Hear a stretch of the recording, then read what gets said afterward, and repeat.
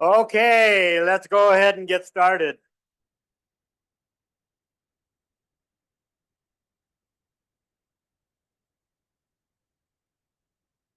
I've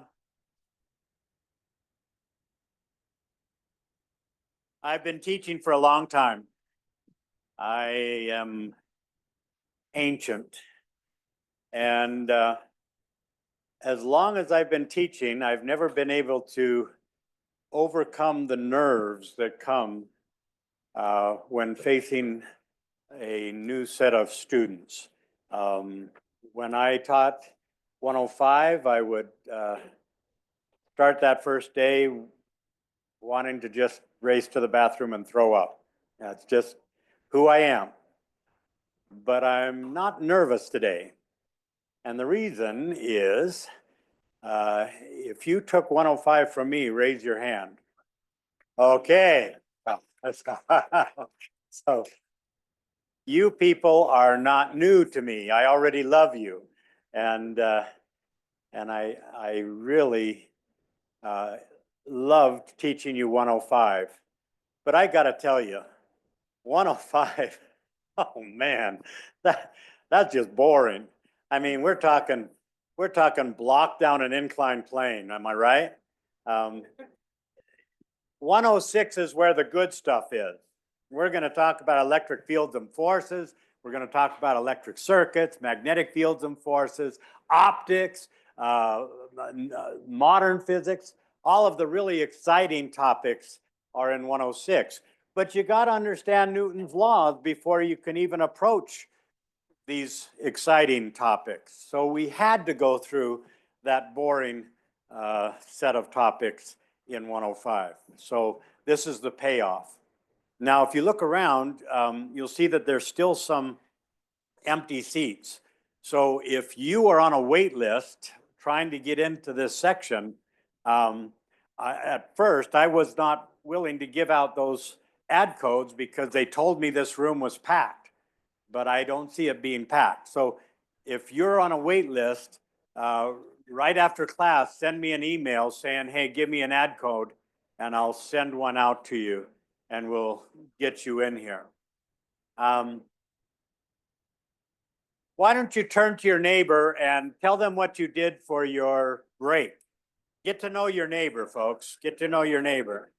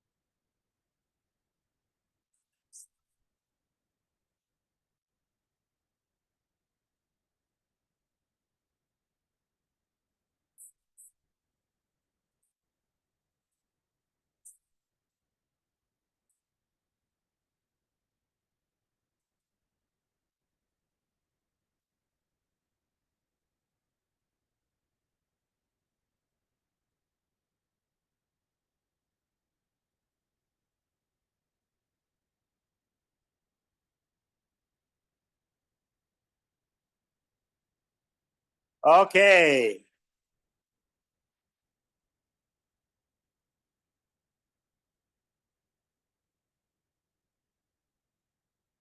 I hope that you all had a wonderful time with family. Um,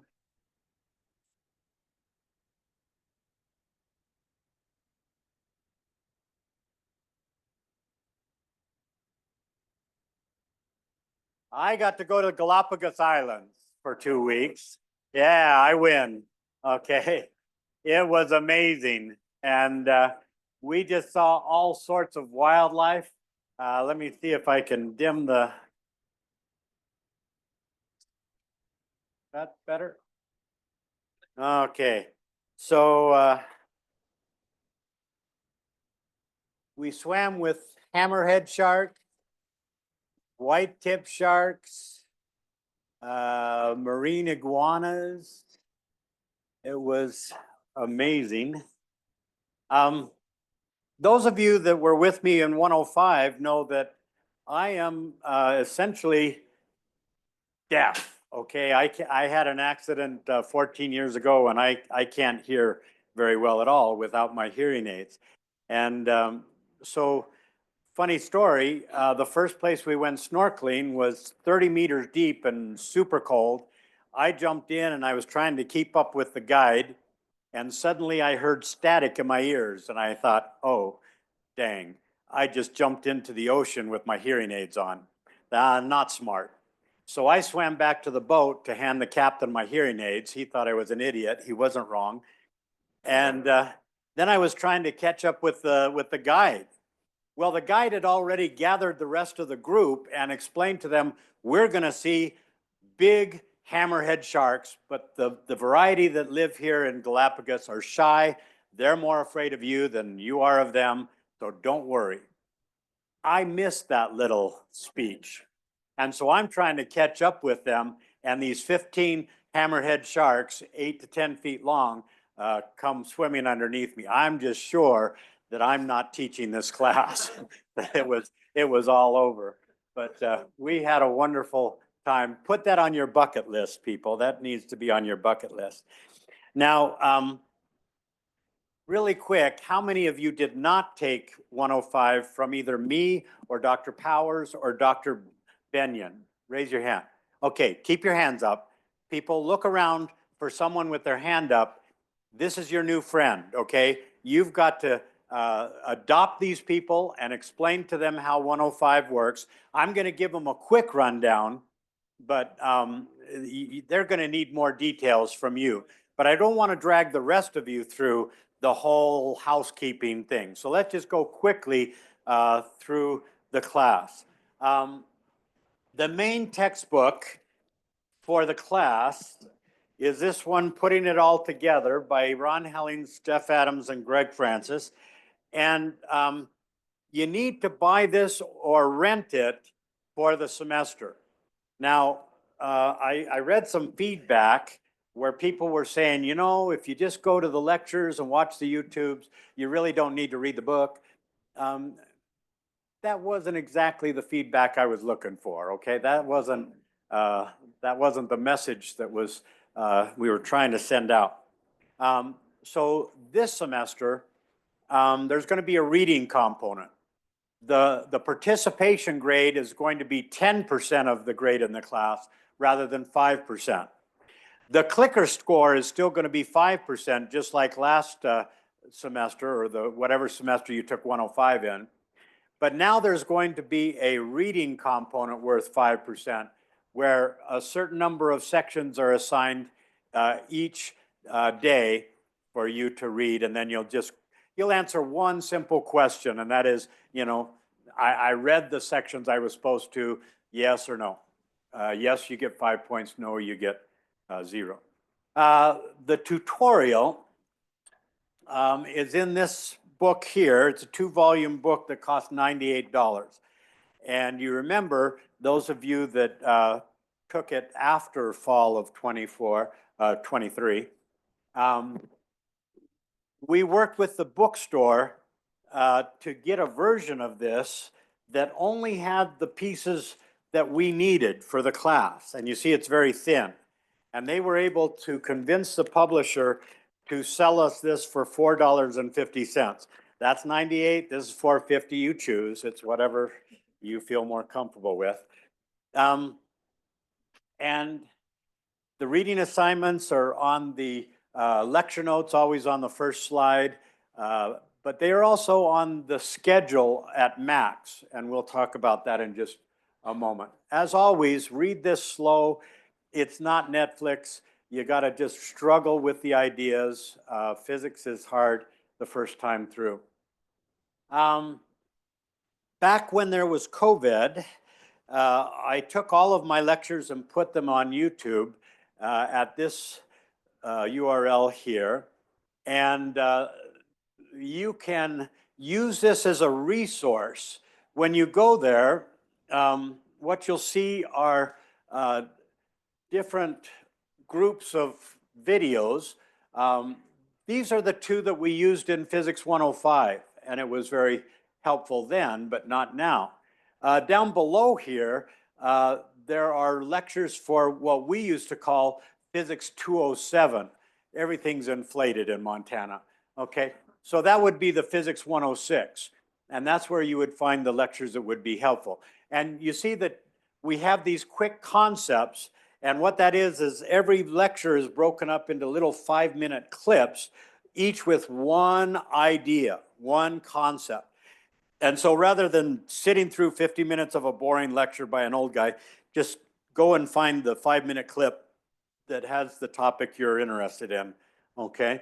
And folks, would it kill you to subscribe? I mean, really, what's it gonna hurt? Okay. Now, those of you that had 105 with me, you know what a tutorial's supposed to be.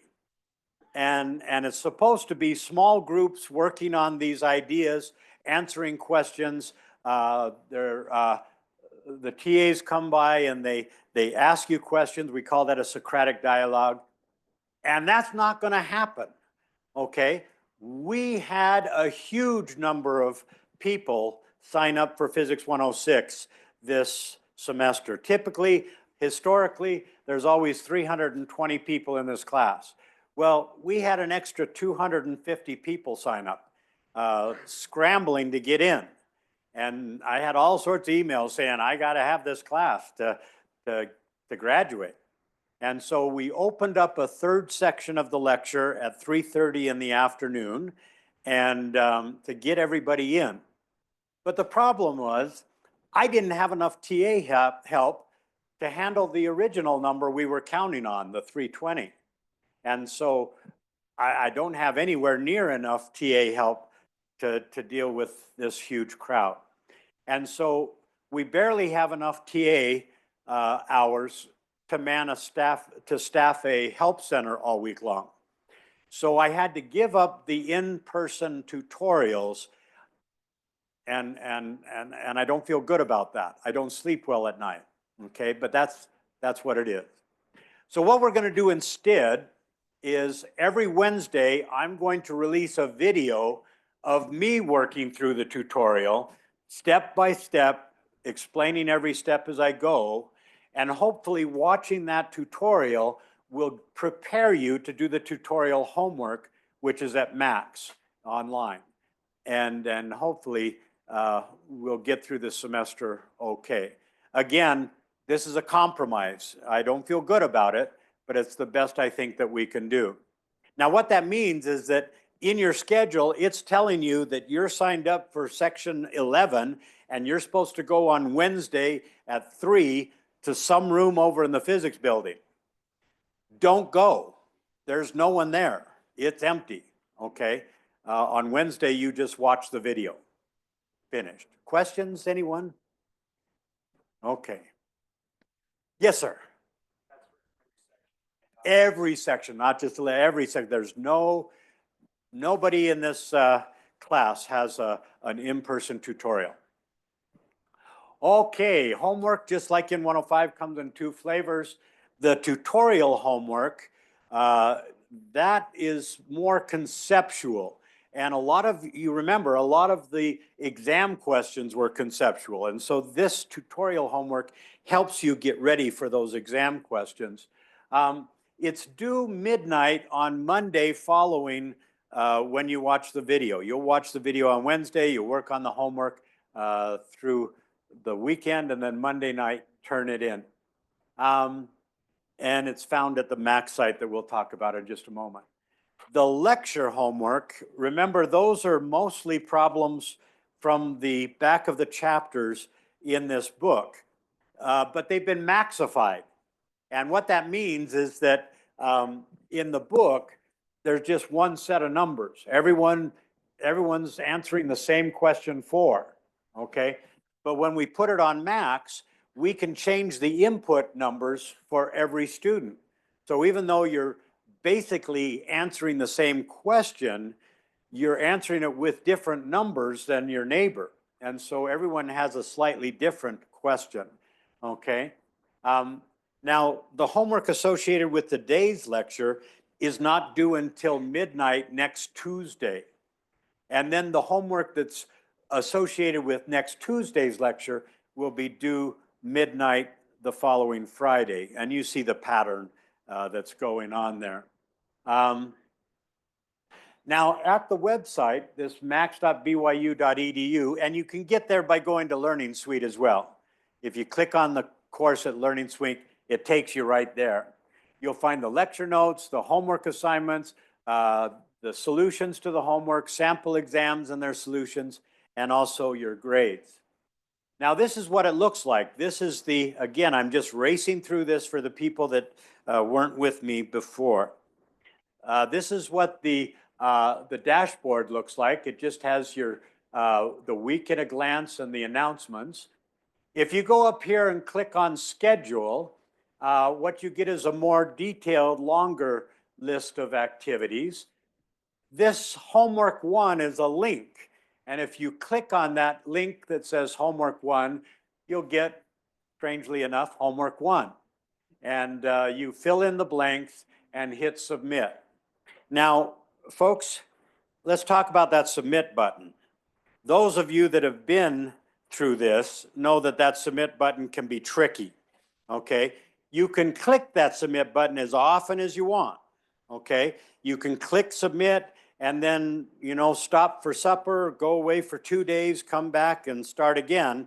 And you can submit one problem at a time.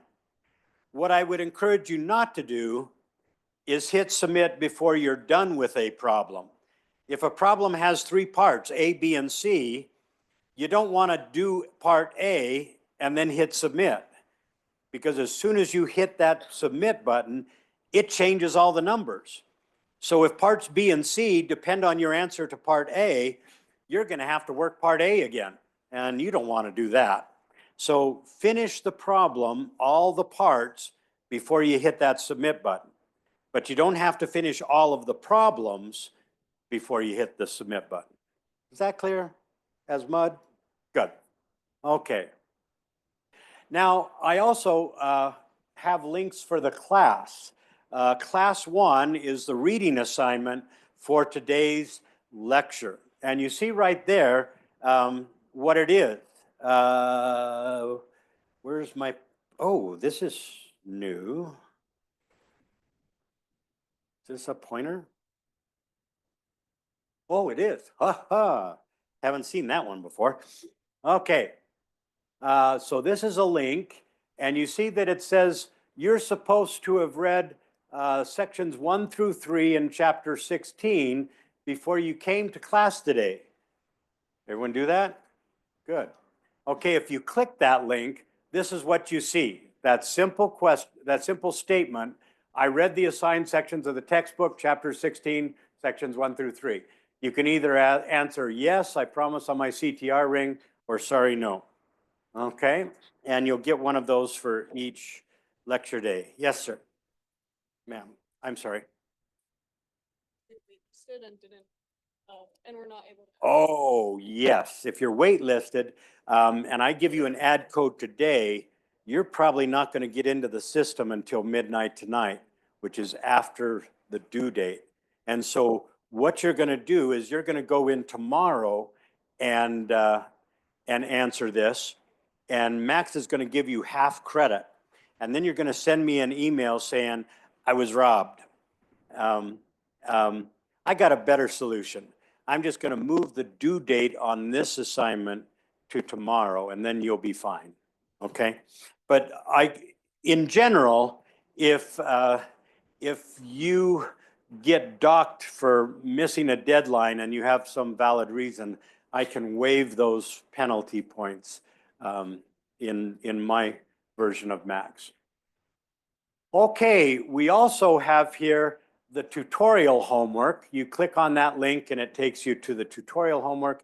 It also has the dates for the midterms, but the midterms are not going to be online like they were if you took the class a year ago. All of the exams will be over at the testing center, and they'll be open for usually 4 days. So you'll be able to work around your schedule to take those exams. Now, in 105, there were 4 midterms and 1 final. Typically in the 106 class, there are 7 midterms and a final. Yeah. In this 106 class, there will be 3 midterms and a final. Okay, just 3.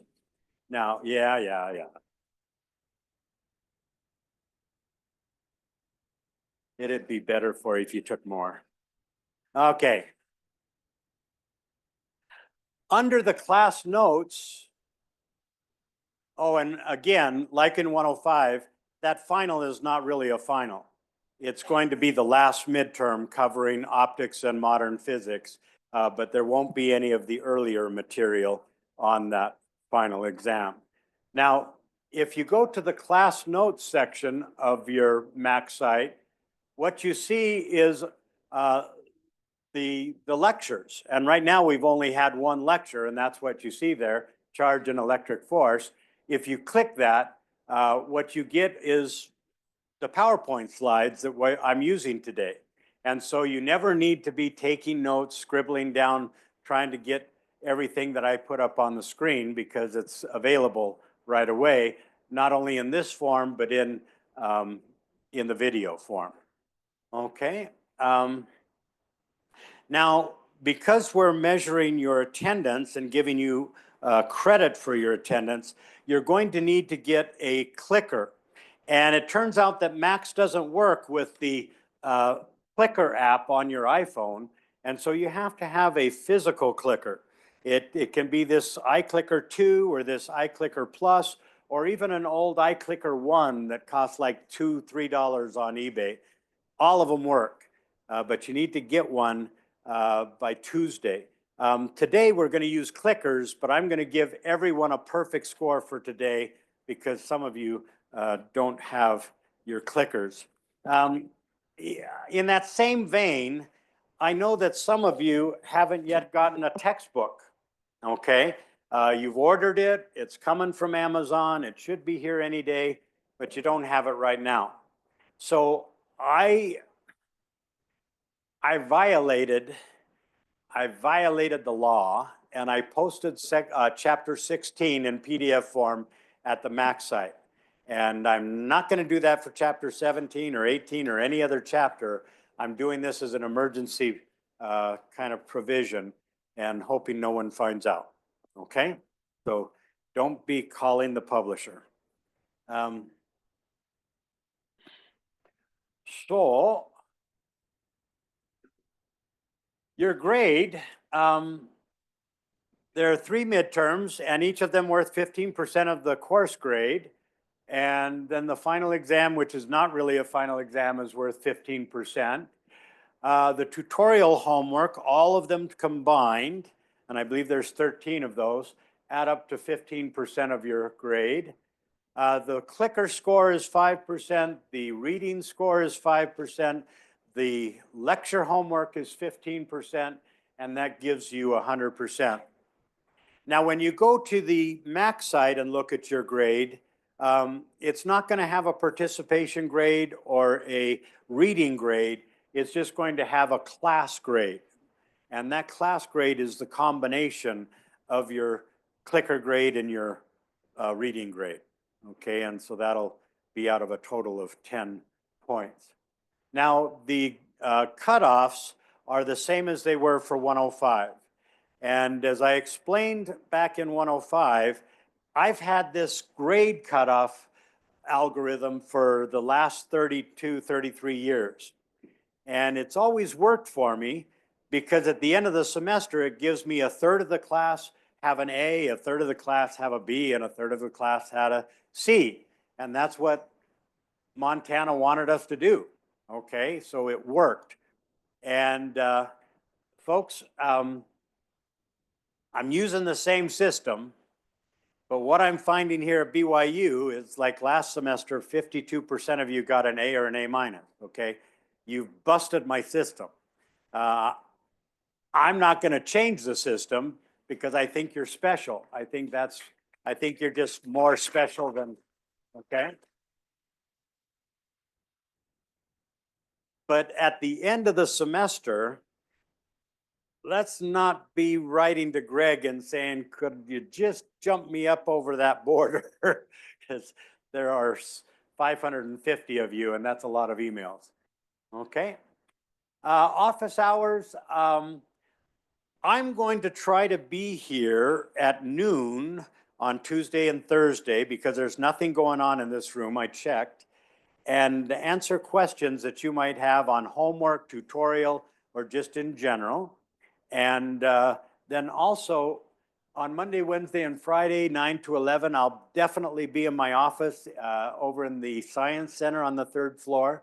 But more importantly, any other time that you need me. I leave my office door open, and so whenever you walk by and I'm there, just walk in with your question, or if you don't see me in there, send me an email or contact me with my phone. I put my phone number in the syllabus. Feel free to call me on that cell phone and I'll answer you. Questions so far? Okay. What will we learn in 106? Well, we're going to start with electric fields and forces, and that's kind of an abstract concept. We're going to have to stretch our brains just a little bit more than we did in 105. Today's lecture is going to be fairly straightforward, but then it's quickly going to get a little bit more abstract, okay? Circuits is my favorite part of the class. Indeed, if I could teach electric circuits all year long, every year, that would be my dream job. I'd just do that forever because I teach circuits in a very different way than the traditional approach in textbooks. I took circuits through the traditional approach. And I got to tell you, I got all the way through graduate school. I had a doctorate in physics and I did not understand circuits. It wasn't until I went to work with Lillian McDermott in Washington that I really understood at a gut level what circuits were doing. And I'm going to do that to you. I don't take credit for this. What Lillian did for me, I hope to do for you. And what you're going to be able to do at the end of that is I'll be able to give you a circuit like this. This is going to be one of your homework problems. You got 7 identical bulbs, like flashlight bulbs, hooked to a battery. And I'm going to ask you, which is the brightest bulb? Which is the second brightest bulb? Which is the third brightest bulb, and so forth. And you're going to be able to say, well, Greg, number 1's the brightest, number 7's the second brightest, number 6 is the third brightest. These are tied for 4th, and those are tied for 5th. Not only that, it's going to make sense. It's just going to seem obvious, and you're going to be able to defend your answer and explain your reasoning. And the people that go through the math way, the equation way of learning circuits, can't do that. I've tested them. I've gone into electric engineering classes and given them exam questions like this that are conceptual. They have no idea, okay? But you will.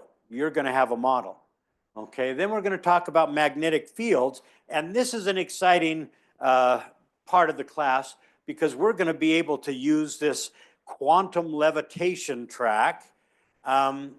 This track was designed by a group of people in Israel. And what you see there is a superconducting material that's been cooled down to liquid nitrogen temperatures, and it just hovers and goes around that track. You can also put it underneath the track and it'll just levitate there. I had this track in Montana, and it was the funnest thing that we had in our storeroom. I ordered one in November. It's supposed to be here. I was hoping to have it right on that table today. They tell me it's coming any day now. But when we get to magnets, we're gonna have it, we're gonna play with it, we're gonna have all sorts of fun. It costs $6,000, but you pay a lot of tuition, okay? As a parent, I know that you don't pay nearly as much tuition as people at some of these other universities because of the generosity of the church and tithing money that goes to subsidize is the word I'm looking for, your education. On that note, let's give thanks for that. We haven't had an opening prayer. Who would be willing to give us an opening prayer? Nathan, would you be willing to do that? Thank you. Our Heavenly Father, thank you for this class today. We thank you for Dr. Francis and the amount of time and effort that he's put to make courses easier for us to understand. And Father, we ask that we may be able to put our time into this class and be able to understand more about thy world. And we thank thee for the students here and for all that thou hast. Father, we say this in the name of Jesus Christ. Amen. Amen. Thank you, Nathan. Okay. We're also going to deal with optics in a very different way than it is traditionally handled in most textbooks. We're going to handle it in the way that optometrists deal with optics, talking about diopters instead of meters. And then towards the end of the semester, we're going to do modern physics. And Clark, would you stand up for a moment here? Clark Snellgrove is going to help us with that modern physics. Clark is also in charge of all of the demo equipment and all of the demos that get done here at this university in physics. And so let's give him a hand.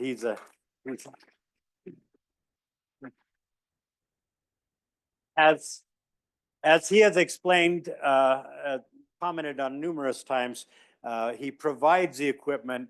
If the demo doesn't work, that's on me, okay? But he brings in the equipment working.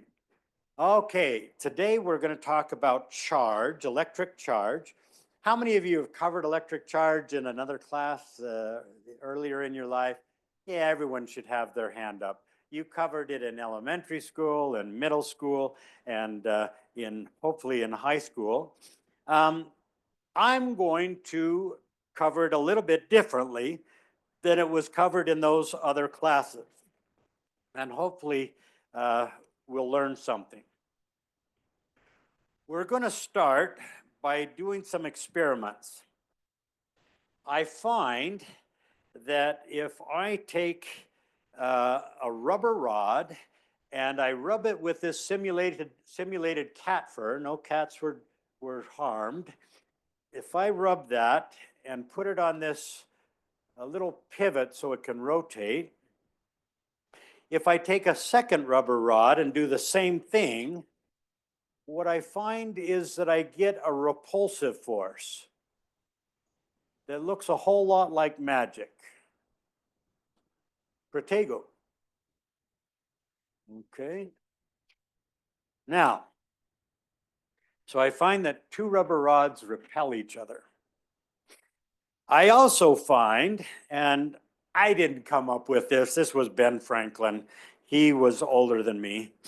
I think he was 2 years older than me. If we take a glass rod and rub it with silk, what we find is that we get an attractive force between the glass and the rubber. Now, if I take a second glass rod, let me put the first one on the pivot.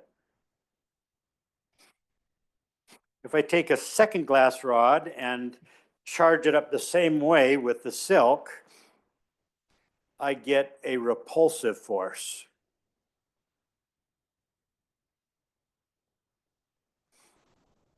Okay? Now, up until now, that's what you probably saw in middle school and grade school and high school. That's not new. Now we're going to add a third category, and that's this wooden dowel.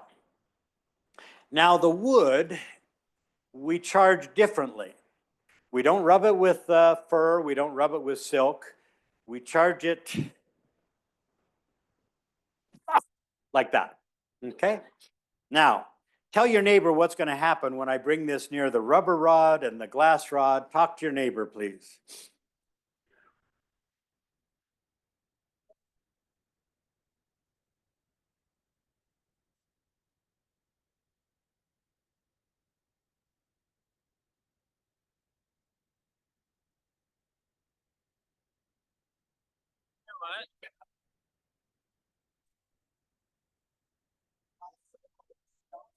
Okay, let's see if you're right.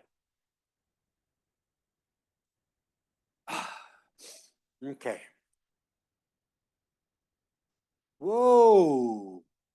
I get an attraction to the rubber rod. Did anyone see that coming? Raise your hand if you saw this coming. Okay, so what's it going to do to the glass rod?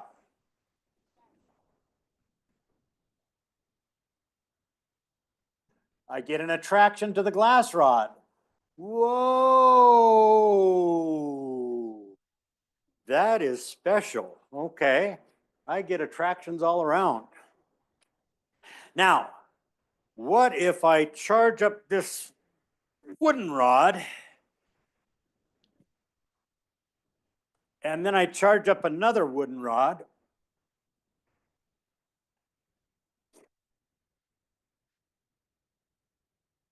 What's going to happen now? Tell your neighbor, folks, what's going to happen? Quick, quick, quick.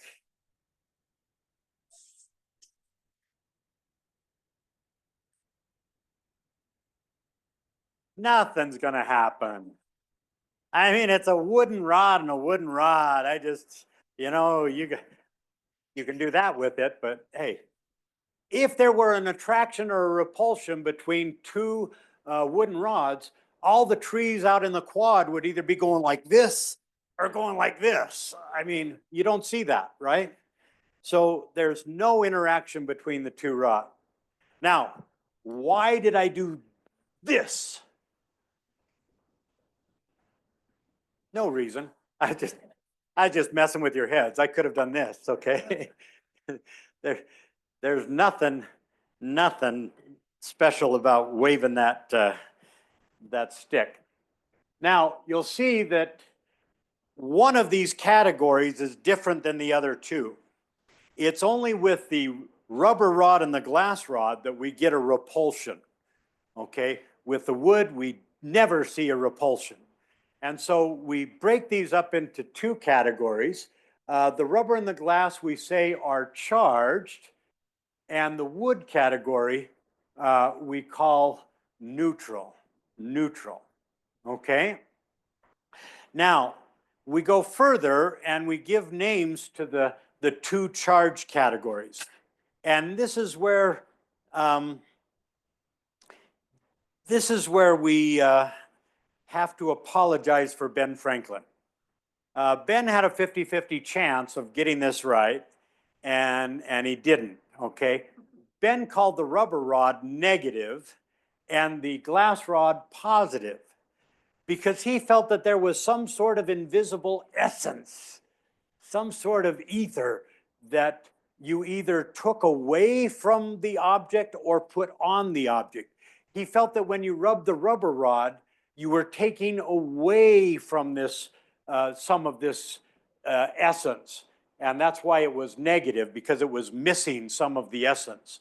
Now we're going to find out that the essence is just electrons. And indeed, the rubber rod has an extra amount of electrons. So Ben Franklin was just backwards, and we've been paying the price ever since. Now, what about magnets? Let's talk about magnets. We all know that bar magnets come with two poles. We typically call them north and south. And if I have this bar magnet here, I'm not even sure which of these is the North Pole. I'd need a compass to figure that out. But I know that the two yellow ends repel each other. Okay, I also know that two red ends repel each other. And I know that a yellow end will attract a red end, okay? So the question is, what's going on? Everything in the universe can be put in one of these three categories. It either acts like the rubber rod, the glass rod, or the wood. And so we want to know, electrically, is the bar magnet like a charged rubber rod, a charged glass rod, half rubber, half glass, or a neutral wooden rod? We're going to use our clickers here. Again, if you don't have one, don't worry.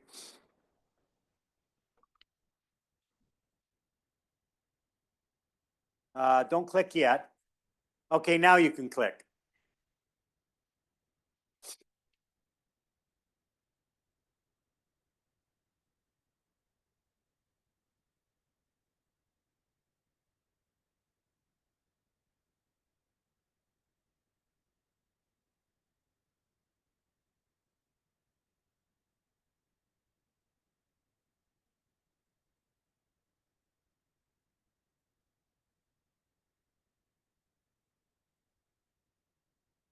Okay, last call.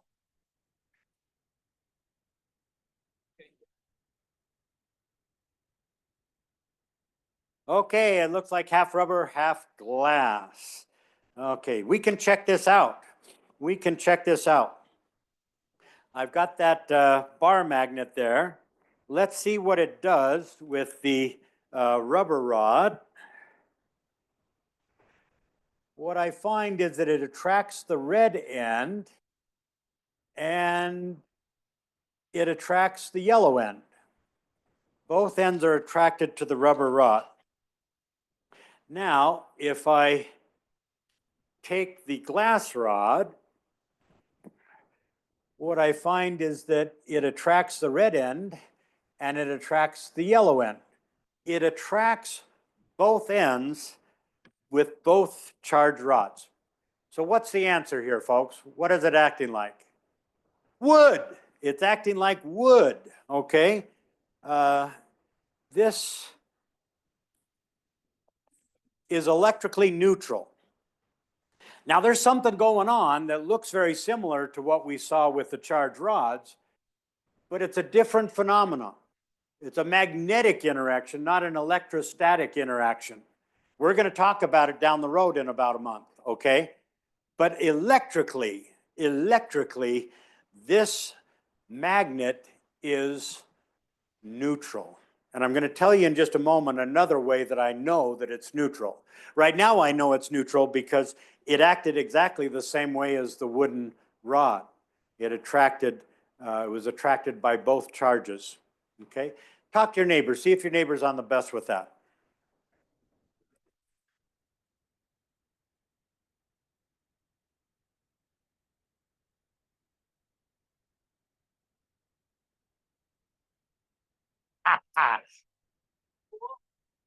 I put it below. They forgot to take it, so I took it to my office and brought it back. Thank you, though. I'm sorry you ran all the way over there.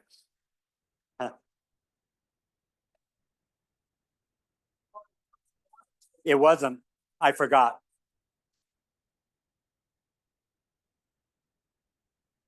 Okay. Coming.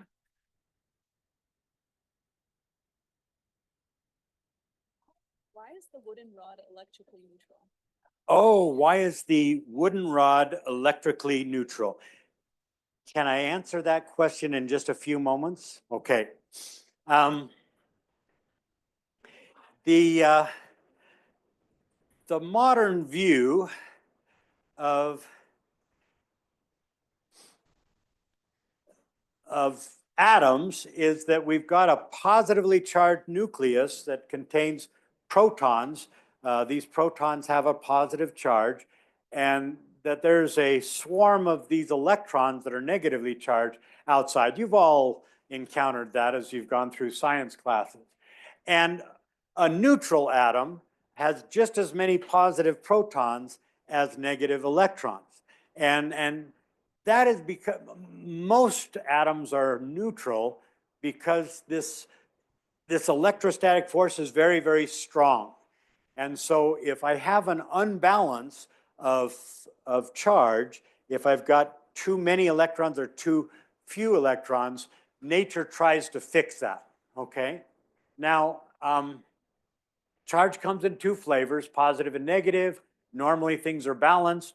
The amount of positive charge in an object is fixed because the protons are 1,800 times more massive than the electrons, and they're usually stuck in a lattice work where they can't go anywhere. You'd have to cut off part of that rubber rod to get rid of protons.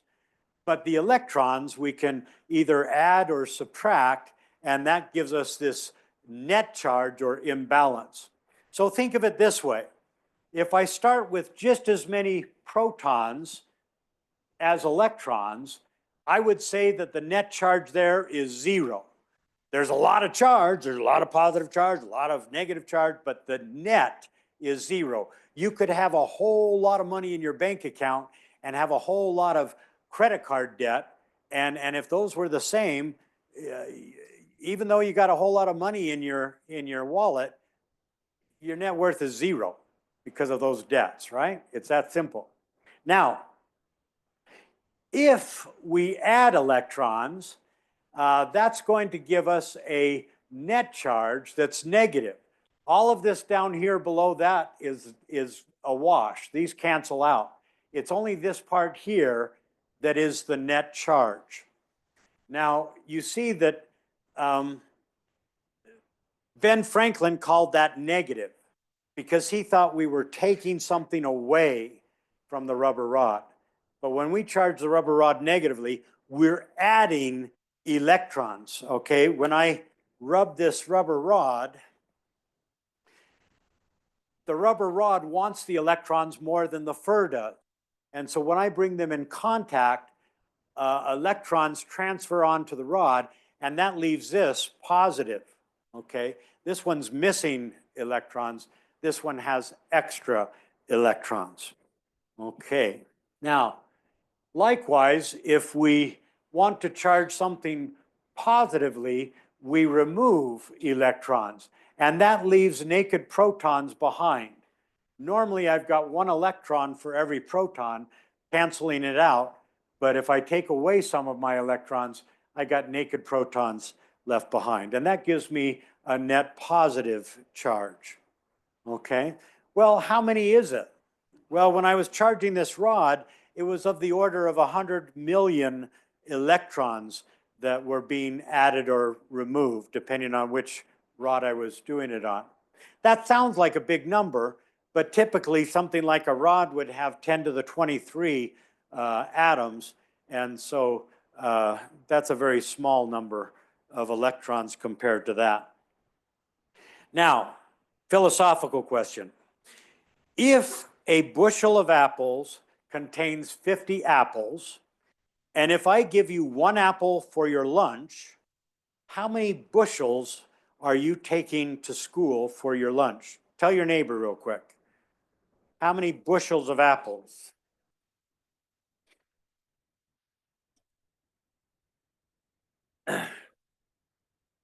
Okay.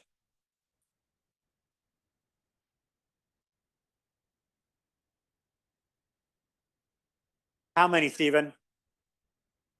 What's that?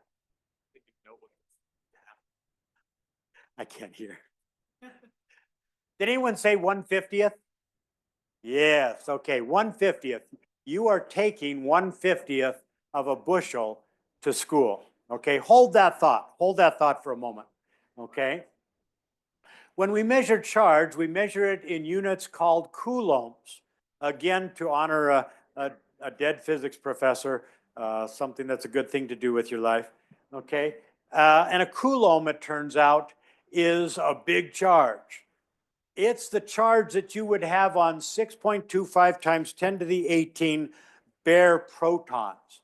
Indeed, if Clark were holding 1 coulomb in his hands, we'd all be dead, okay? There'd be lightning, there'd be all sorts of destruction. Maybe the building would be gone, okay? It's a huge amount of charge.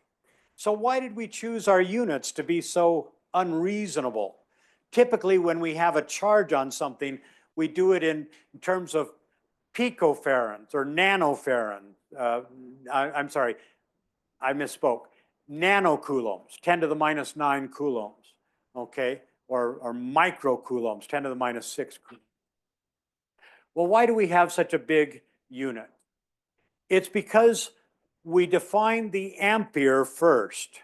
And a lot of you know that when you're looking at household appliances like your blender in your kitchen, you want about 1 amp is a good amount of current, or some fraction of 1 amp.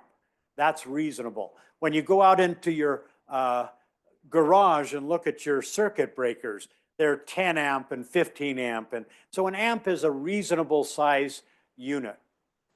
Well, 1 amp is an amount of charge going past some point in 1 second. And that's how we define the coulomb. If I had 1 amp of current, we'll be dealing with current down the road. But if I had 1 amp of current, that means that 1 coulomb is going past any point that I define in 1 second. So we were kind of stuck with this unit once we defined the amp. Now, the question is, what is the charge on a single proton? Think back to the bushel of apples. Think back to the bushel of apples. If I say that 1 coulomb is equal to 6.25 times 10 to the 18 times the charge, we use Q for charge, on a proton. Well, if I just want the charge on a proton, that's easy enough. I just divide both sides by 6.25 times 10 to the 18. I got to do it to both sides. Whoops. Okay. And that gets me the charge on a proton over on this side. And over here, it gives me 1 over 6.25 times 10 to the 18 coulombs. And it turns out that that is 1.6 times 10 to the minus 19 coulombs. And that's a number you're going to need to memorize if you're a geek. Otherwise, you're not going to feel comfortable at their parties. But if you're not a geek, that's going to be on the front of the exam, and you'll always have access to it.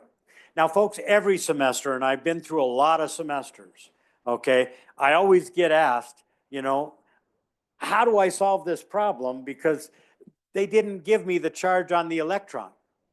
They all have the same charge, okay? They all have the same charge.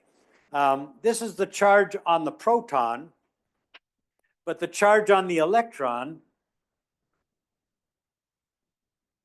is just the same, 1.6 times 10 to the minus 19 coulombs, but it's negative, okay? Now, it turns out that we call this, the charge on the proton, E, and that stands for elementary charge. Now, it's unfortunate that elementary starts with E and electron starts with E, because a lot of people think this E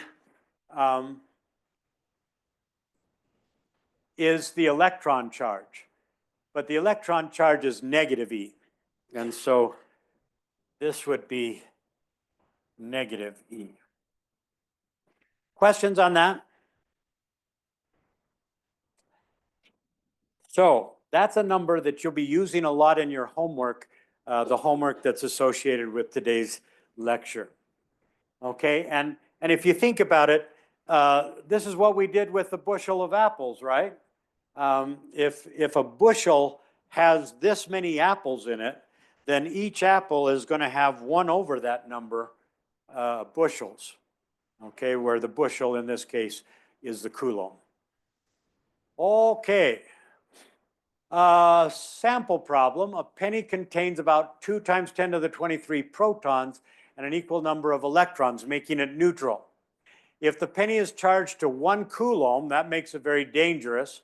What fraction of the electrons have been added or removed? First of all, did we add electrons or remove electrons?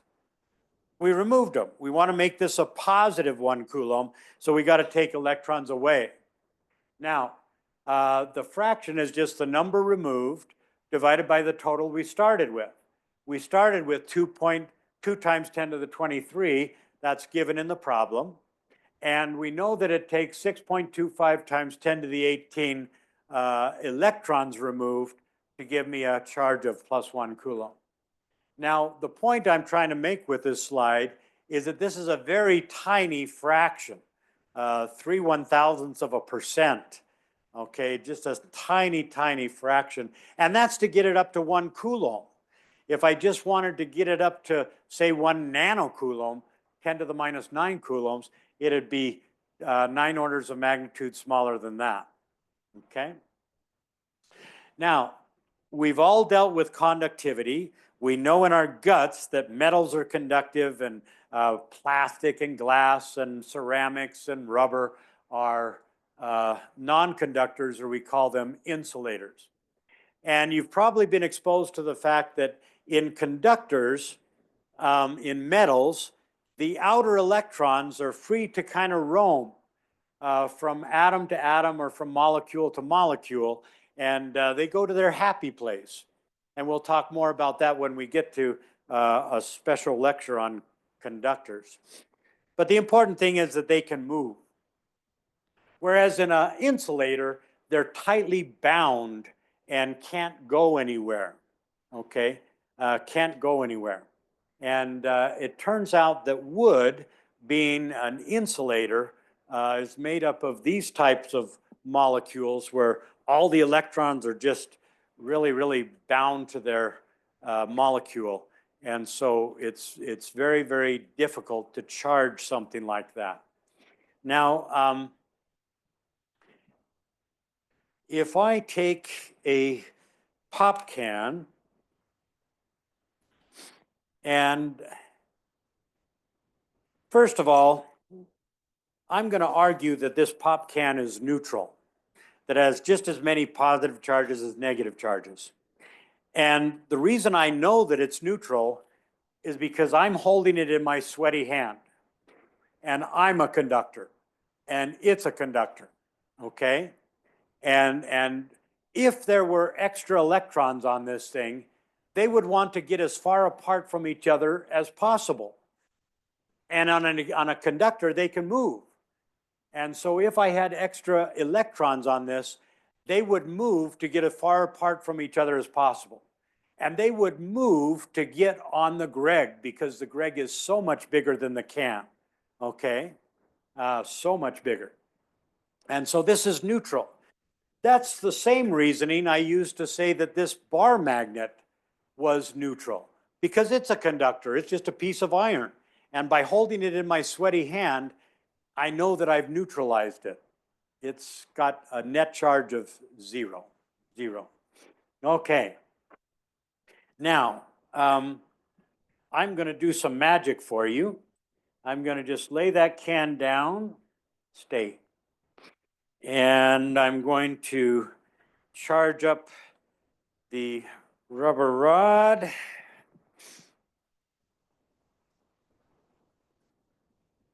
And come back.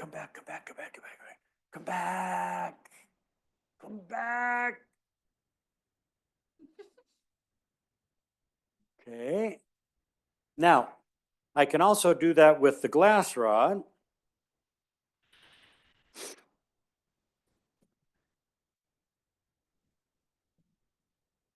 Back. Okay. Now, let's talk about what we saw there.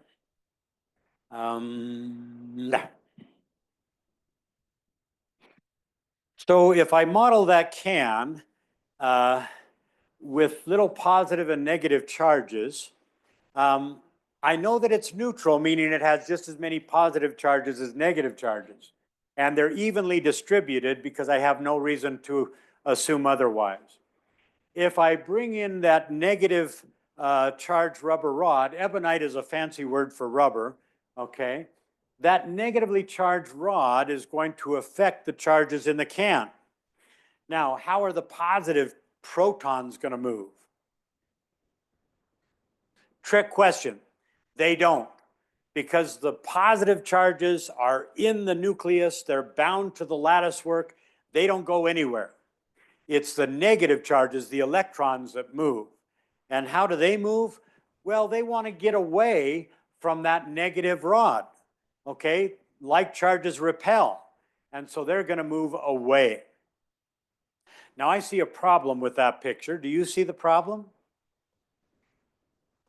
Those negative charges want to get away from the negative rod, but they also don't want to be bunched up with all their negative neighbors, okay? And so that's never going to happen. What's going to happen instead is that the negative charges are just going to take a baby step to the left. And that's going to leave a region on the right side of that can. What we're looking at is a cross section of the can. The right-hand section is more positive than negative. And the left-hand side is more negative than positive. Now, the positive charge on the right is going to be attracted to the negative rod, and the negative charge on the left is going to be repelled from the negative rod. I've got just as much negative charge over here as I've got positive charge there. But the two forces, the repulsive one and the attractive one, are not the same size. Tell your neighbor why they're not the same size.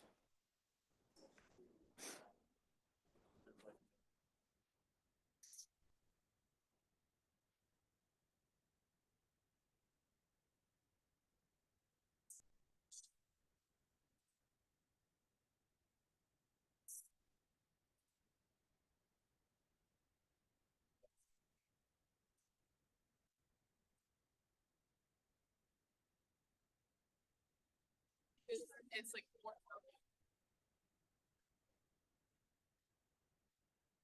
Okay.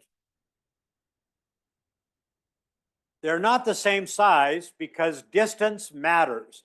The left-hand side of the can is further away from the rod than the right-hand side, and so that repulsive force is going to be weaker.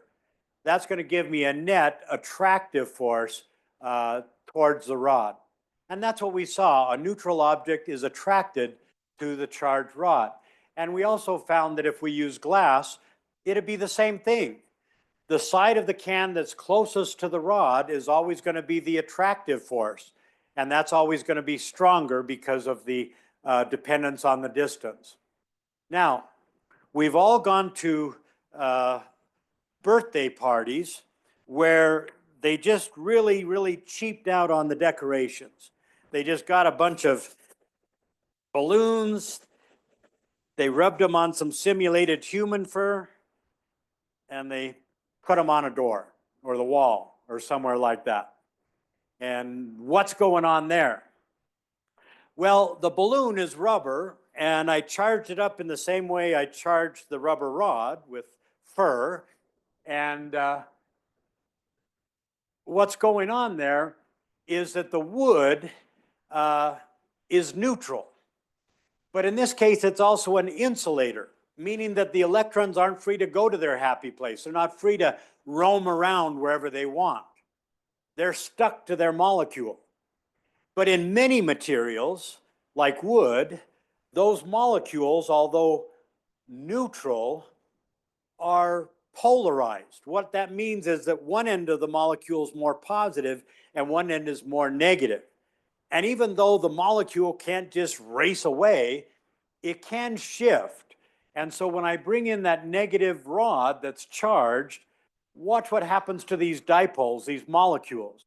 They kind of rotate a little bit so that the positive end can get closer to the negative rod. Now, the closer I get that rod, the more that happens.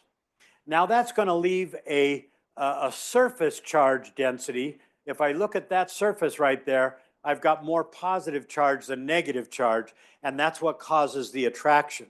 Now, if I were to look at the other side of the door, I would have more negative charge than positive charge. It's like bringing a charged rod that's negative. Let's let all of you people in the middle section here represent molecules of wood. And you've each got a positive side and a negative side. Let's say the positive side is your head because it thinks, and the negative side is your feet because they stink, okay? So if I bring this negative rod up here, how are you going to lean? Yeah, you're going to lean like that, where your heads are coming towards it. So on this surface, I have a whole bunch of heads sticking out. On that surface, I got a bunch of feet sticking out. And in between, your feet are canceling his head, your feet are canceling his head. It all cancels out. It's just a positive surface on this side, a negative surface on that side, okay? And that gives me that net attractive force that we've seen. Now I can give you a more visual demonstration of that. I have here a piece of lumber that is not quite balanced on this watch glass. It was, but then I think the universe shifted just a little bit. Okay. So if that was something. If I charge this up, oh, that was something. Old people, what are you going to do?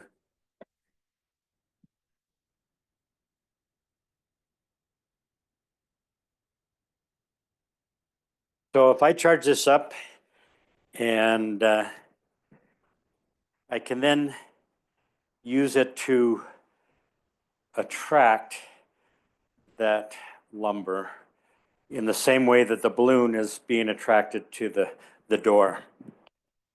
Okay. So in summary, conductors, the charge flows, insulators, the charge shifts. Quick question, if you remove one electron from a quarter and one electron from a Buick, that's a big old car, which if either has the greater net charge? With your clicker one last time, people.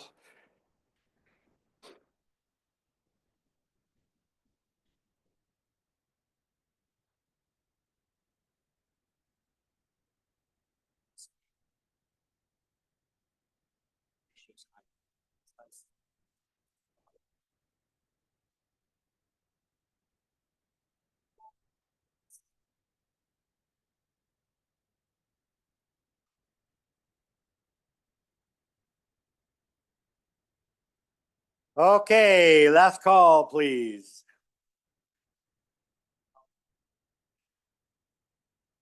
Good, good. We're getting it. We're getting it. The answer is neither. In either case, you've only got one naked proton left behind.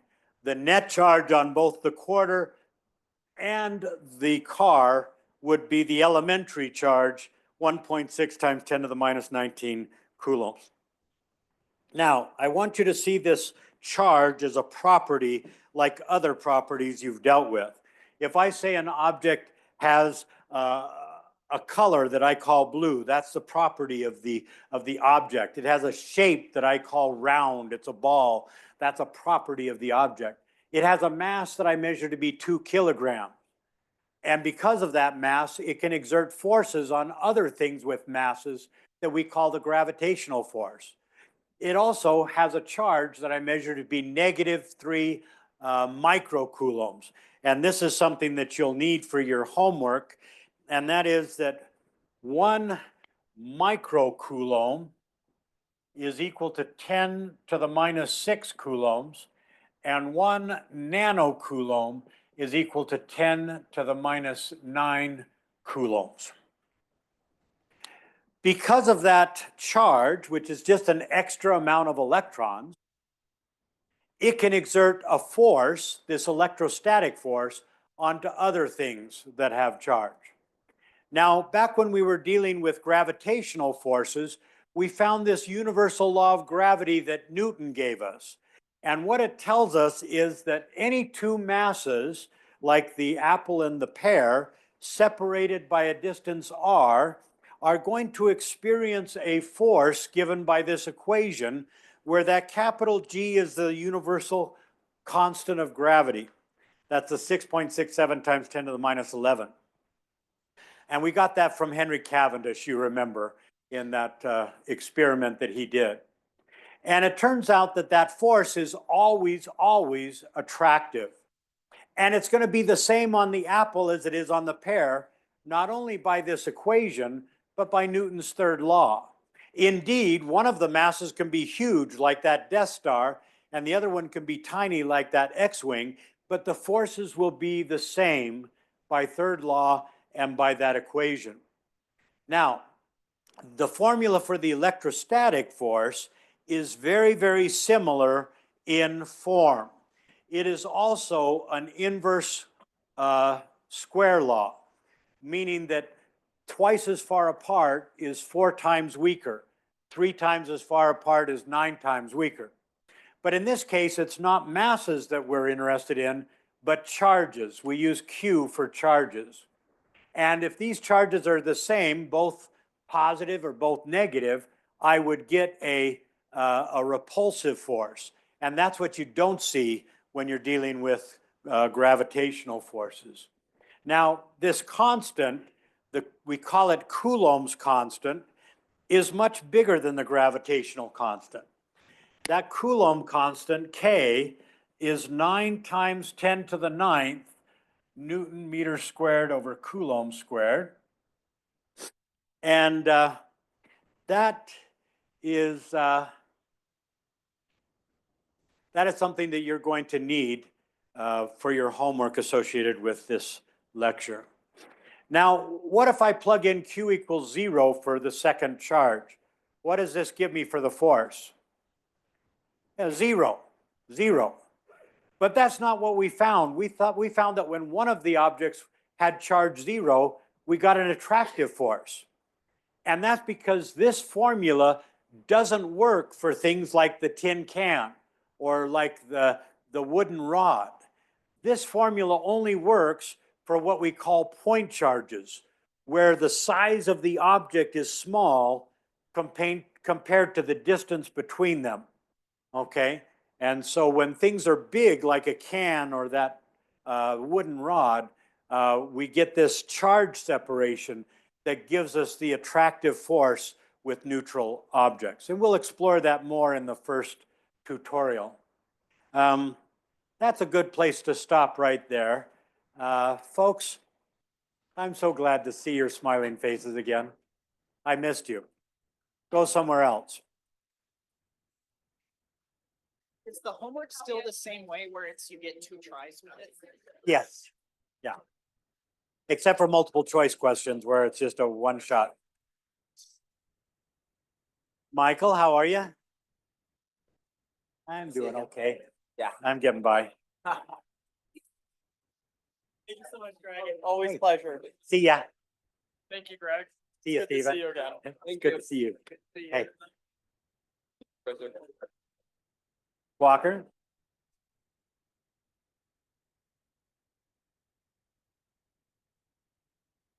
Thank you, Dr. Francis. See ya. Bye-bye. You're not gonna come to the 3:31, are you? Aren't you gonna get bored?